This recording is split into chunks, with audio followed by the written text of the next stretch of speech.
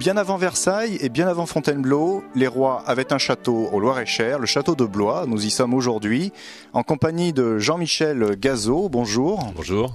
Alors Jean-Michel Gazot, vous êtes le responsable du développement touristique et des services au public au château royal de Blois.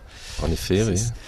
Alors les visiteurs viennent dans le Loir-et-Cher évidemment pour visiter les châteaux de la Loire, donc le château de Blois n'est pas l'unique vedette, mais le tronc commun de tous ces châteaux c'est la Renaissance.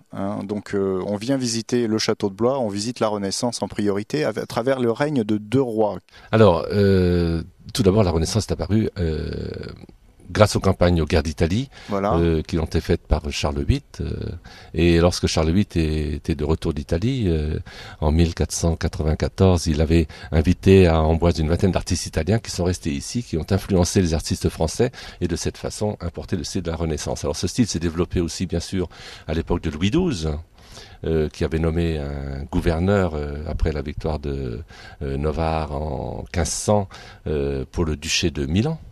Et les artistes italiens ont influencé les artistes français, et donc je l'ai dit tout à l'heure, dans les Louis XII, on voit déjà les prémices de la Renaissance, mais c'est surtout à l'époque de François Ier que commence la première apogée, l'apogée de la Renaissance en France, avec bien sûr l'aile Renaissance du château royal de Blois, et puis non loin d'ici s'est fait construire un grand pavillon de chasse qui était un domaine de prestige, le château de Chambord. Alors lorsque nous sommes arrivés avec notre équipe au château, vous nous avez tout de suite présenté ce qui est un peu le joyau du château de Blois, c'est-à-dire l'escalier en vis. Oui, alors en effet, cet escalier se trouvait, voilà, et il se trouvait tout d'abord au milieu de la façade. C'est un escalier dans la tradition française puisque c'est un escalier en vis, hors œuvre, en dehors du bâtiment, comme entrée principale du bâtiment. Donc le premier escalier d'apparat en France qui permettait aux courtisans de voir leur roi s'élever au premier étage dans ses appartements royaux, et bien sûr voir et être vu était très important à l'époque de la Renaissance. Alors, quelles sont les pièces les plus belles du château de Blois, les incontournables ? Alors tout d'abord, il y a la salle du roi où on a deux cheminées, un encadrement de portes qui sont vraiment dans le style de la Renaissance, avec des éléments encore complètement d'origine du XVIe siècle. On a découvert lors de la restauration des décors. Il y a bien sûr aussi le studiolo. C'est vraiment pour moi le joyau du château royal de Blois, avec ses lambris qui datent de l'époque de François Ier, de 1520, avec plus de 200 panneaux sculptés de candélabres, ce célèbre motif de la Renaissance, et avec aussi ces vitrines qui présentaient les collections du roi. Et comme aujourd'hui, on trouve des objets du XVIe siècle à cet effet. Alors, la ville de Blois a récemment entrepris une importante restauration du château. Il y a une pièce qui en a particulièrement bénéficié, une immense pièce. Oui, vous voulez parler de la salle des États. C'est une salle, ou plutôt la salle seigneuriale, puisque c'est une salle qui date des comtes de Blois, du XIIIe siècle, et c'est d'ailleurs la plus grande salle gothique civile du XIIIe siècle qui nous reste en France.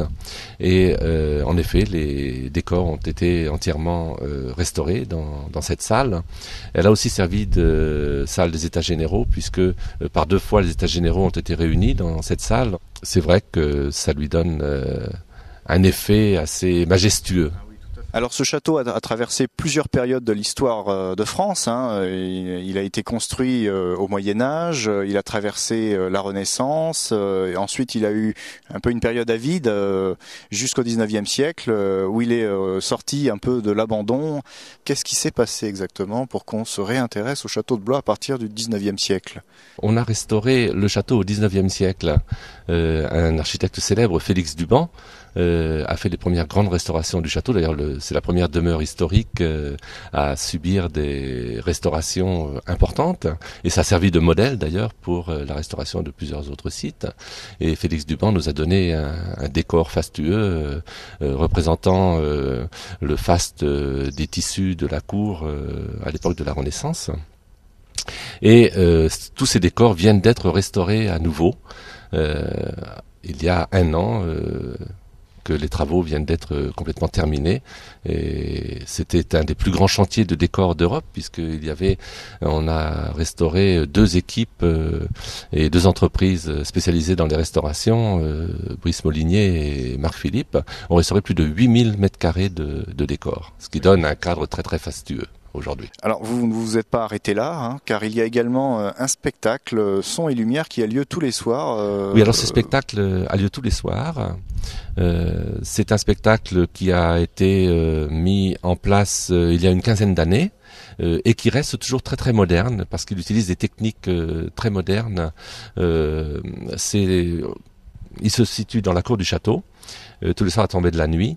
On plonge vraiment dans l'histoire du château, puisque à travers des projections de lumière, d'images, et avec des effets sonores, on a l'impression d'être au cœur de l'histoire et au cœur de l'action du château de Blois. Ça retrace ces épisodes célèbres de l'histoire et des personnages qui ont vécu au château.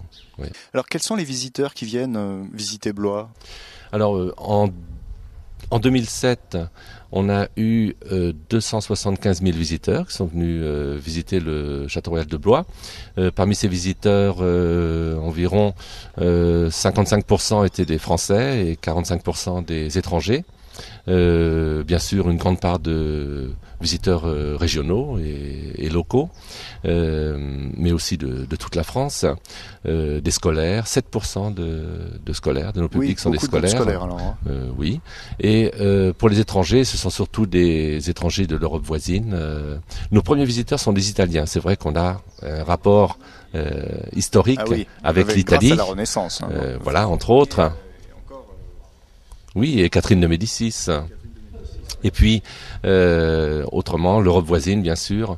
Et on voit ces dernières années beaucoup de visiteurs des ex-pays de l'Est qui viennent de plus en plus visiter touristes. Le Val-de-Loire. Voilà.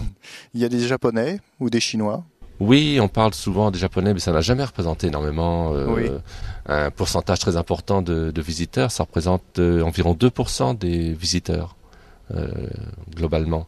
Quant aux Chinois, nous en sommes encore aux prémices du début du tourisme chinois. Ça va venir. Voilà. Alors signalons également aux internautes que le site internet du château de Blois a également été refait, tout comme le château. L'adresse s'affiche en ce moment sur votre écran. Il est pour l'instant en français, mais il sera bientôt entièrement traduit en anglais.